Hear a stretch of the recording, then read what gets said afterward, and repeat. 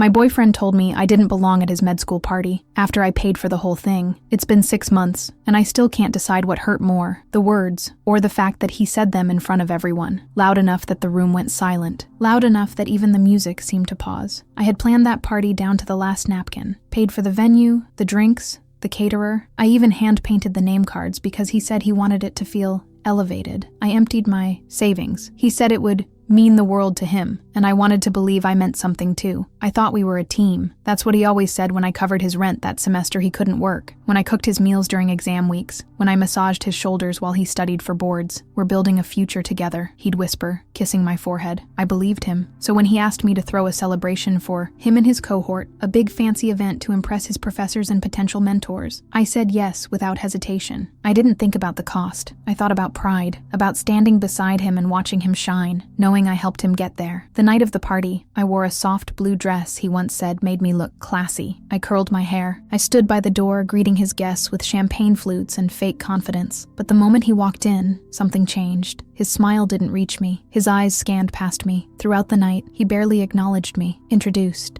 me to a few people as a friend helping out. A friend. I kept pouring drinks and telling myself he was just nervous, that he'd come around once the speeches started, once the attention calmed down. But then I asked him if we could take a photo together. Just one. Something to remember the night. He turned to me irritated and said, loudly, "This isn't about you, okay? You don't even belong here." The laughter died around us. Someone dropped a glass. I stood frozen, my cheeks burning, my throat closing up. I blinked hard, willing the tears not to fall, and he just turned back to his group like I was nothing, like I was staff. That was the moment I knew. I had been loving him louder than he ever planned to love me back. We met 3 years ago at a bookstore. I was behind the register, trying to make rent while finishing my graphic design degree. He came in looking for a used anatomy textbook and left with my number, said I had artist eyes. I thought it was cheesy, but I smiled anyway. His name was Aaron. At first it was small things, texts between classes, late-night phone calls about dreams and fears. He told me med school was breaking him, and I told him life outside academia wasn't much easier. We bonded over that shared exhaustion, that hunger to make something of ourselves. He moved into my apartment 6 months in, said his roommate was unbearable. I gave up my office space so he could have a study room, bought blackout curtains so he could nap between rotations. We split bills at first, but when his hours got worse, I started covering more. It felt like what love was supposed to be, support without keeping score. He said I was his safe place, that when the world felt like it was drowning him, I kept him afloat. I believed that. I lived for that. Every meal I cooked, every packed lunch, every quiet ride home after a 12-hour shift. I wore his stress like my own. We had plans, or at least I thought we did. He talked about us moving to a better apartment once he graduated, about me building my freelance work full-time, while he stabilized his residency. It felt like partnership. He even said once, "I wouldn't survive this program without you." I clung to that, but slowly, things shifted. He started referring to his world as the program, and everything outside of it as noise. He stopped asking about my clients, forgot about a big pitch I had for a new design contract, laughed off my reminders with, "You know how med school is, babe." His classmates didn't really know me. He never invited me to their study dinners. If I stopped by with food, he'd step into the hallway to grab it, said it was just easier than explaining. I swallowed those red flags like vitamins, bitter, but supposed to be good for us in the long run. I thought if I just held on a little longer,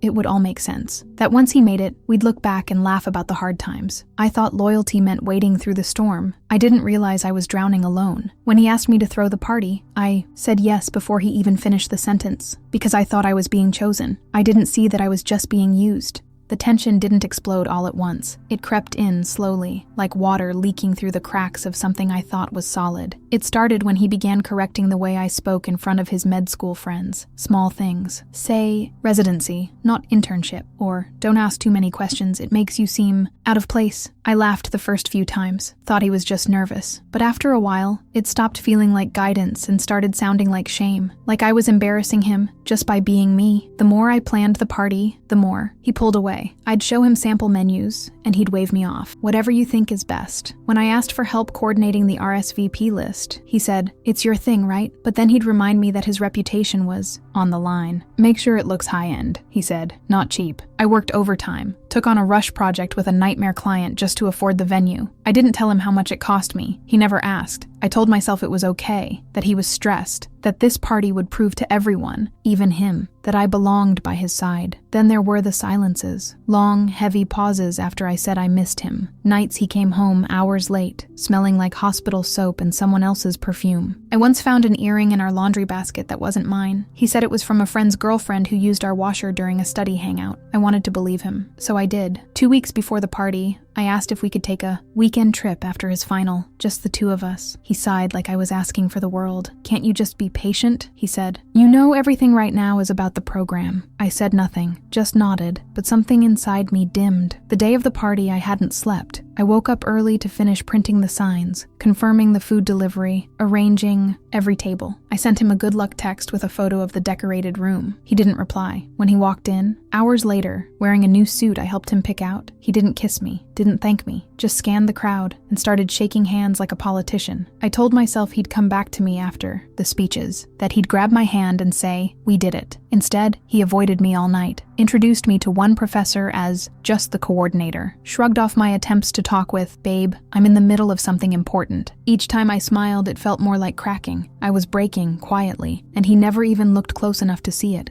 I remember the exact moment the room turned cold, not physically, but emotionally. I had just refilled the champagne on the side table and asked one of the caterers to bring out the cake. Everything was running perfectly, except for him. He hadn't made eye contact with me in hours. Every time I approached, he was locked in conversation with someone important. I stood on the edges, watching, waiting, smiling, pretending. My feet ached, but I kept moving. I kept hoping. When the crowd started gathering near the front for a toast, I saw it as my chance. I walked over, gently touched his arm, and asked if we could take a quick photo together. Just one. Something to remember the night I spent every penny on. He turned to me, eyes sharp. "Now?" he asked, loud enough for the circle around him to hear. "Can you not make this about you for once?" I froze. The smile died on my face. "I'm just asking for a photo," I whispered, trying not to shake. But he wasn't done. He stepped back, looked at me, really looked, and said with this cold smirk, "You don't even belong here. This isn't your world." The silence that followed was instant and deafening. No one laughed. No one rescued me. I felt every stare, every breath caught in someone's throat. And him, he just turned back to his circle like I didn't exist. Like I wasn't the reason they were all there, sipping champagne and celebrating. I felt my face burn, my vision blurred, but I didn't cry. Not yet. I turned,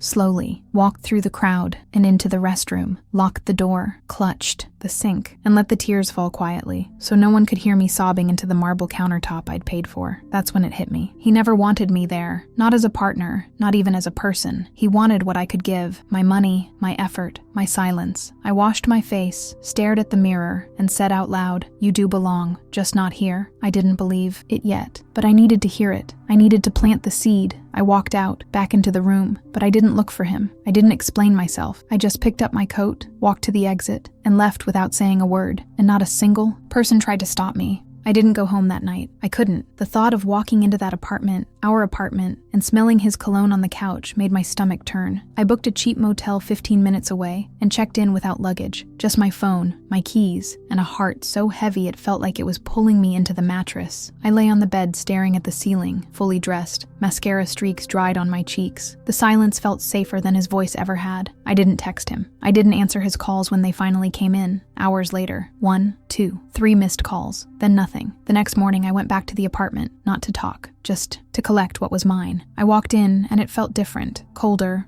smaller. He was asleep on the couch. I didn't wake him. I moved through the space like a ghost, pulling clothes into bags, grabbing my sketch pads, my chargers, the books I'd lent him that he never returned. I left everything I bought for him, the coffee maker he loved, the coat rack, the framed prints of his favorite medical diagrams I'd designed by hand. I didn't want any of it. Let him decorate his pride with pieces of the woman he crushed. When he finally stirred, he sat up and rubbed his eyes. "Where'd you go last night?" he asked like nothing had happened. No apology, no panic, just confusion, like I'd broken his routine. "I'm leaving," I said, calm, steady. He stood, tried to block the door. "Don't be dramatic. You know I was just stressed. Everyone was watching me. I had to. You had to humiliate me?" I cut in front of your mentors, your classmates, after I funded your entire moment? My voice didn't rise. I didn't need to yell. My silence was already screaming. He tried to explain, said I misunderstood, that he was just trying to keep things professional. But he never once said he was sorry. He never once said I didn't deserve it. I left the keys on the counter, walked out with my bags, got into the Uber, and didn't look back once. I blocked his number that night, deleted every photo, every plan, every note that started with someday. There was no dramatic exit, no revenge, no tearful goodbye, just absence. Pure, powerful, irreversible. I disappeared. And in doing so, I found the first quiet moment I'd had in years.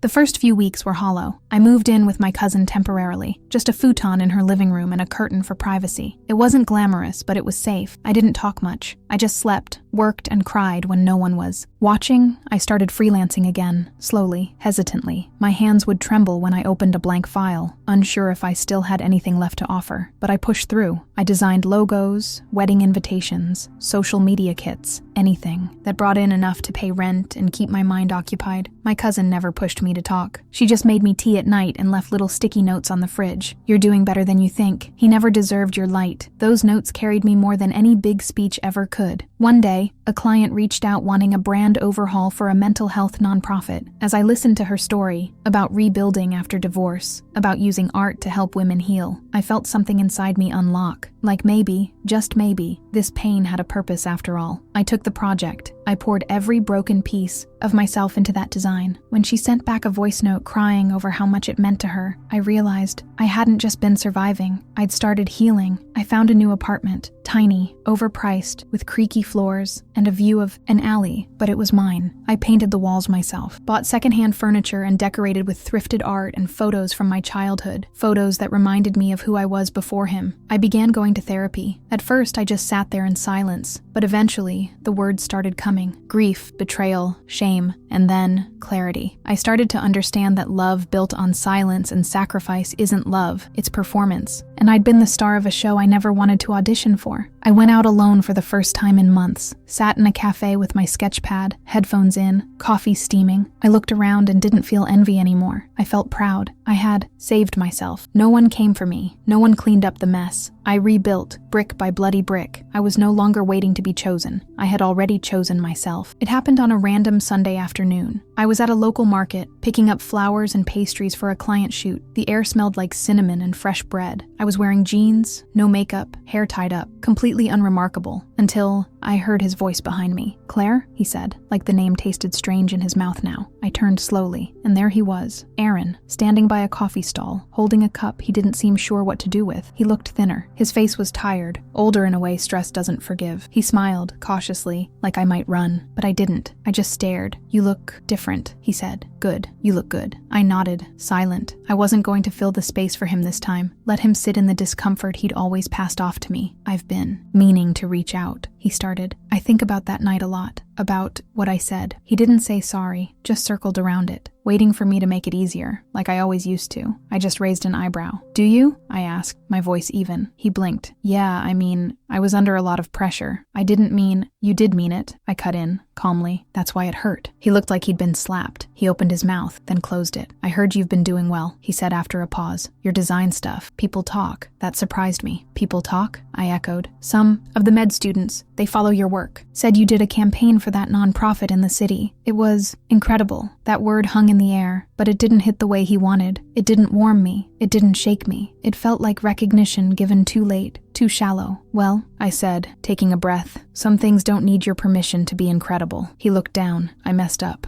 I didn't respond. I didn't need to. My silence said everything. I turned to leave, pastries in hand, heart steady. He called after me once, soft, "Claire." I didn't turn around. I walked away from him that day with no anger, no heartbreak, no regrets, just clarity. The kind that comes after surviving something you once thought would destroy you. The kind that wraps around your chest not like armor, but like peace. He didn't chase me, and I didn't hope he would. I didn't need closure from him. I had already built it myself, brick by brick, in the quiet mornings and long nights after he was gone, in the self-respect I'd reassembled, in the voice I had finally reclaimed. I don't tell this story to get pity. I tell it to remind anyone who's been made to feel small in a room they paid to build. You are not the problem. Your love wasn't too much. It was too real for someone who only ever wanted appearances. I no longer measure my worth by how well I'm accepted in someone else's world. I create my own rooms now, and I fill them with people who don't just let me in. They see me, celebrate me, and never ask me to shrink. There's a part of me that will always remember that night, the sting, the silence, the way he looked through me like I was furniture. But I also remember how I walked out with my spine straight, even when my heart was cracking, because I refused to break for someone who didn't know the value of what he held. He taught me what it feels like to be invisible, and in return, I taught him how powerful it is when a woman finally sees herself. He thought leaving me out would make him shine brighter, but I was never the shadow. I was the light, and he lost it. He told me I didn't belong, so I built a life where he wouldn't dare enter.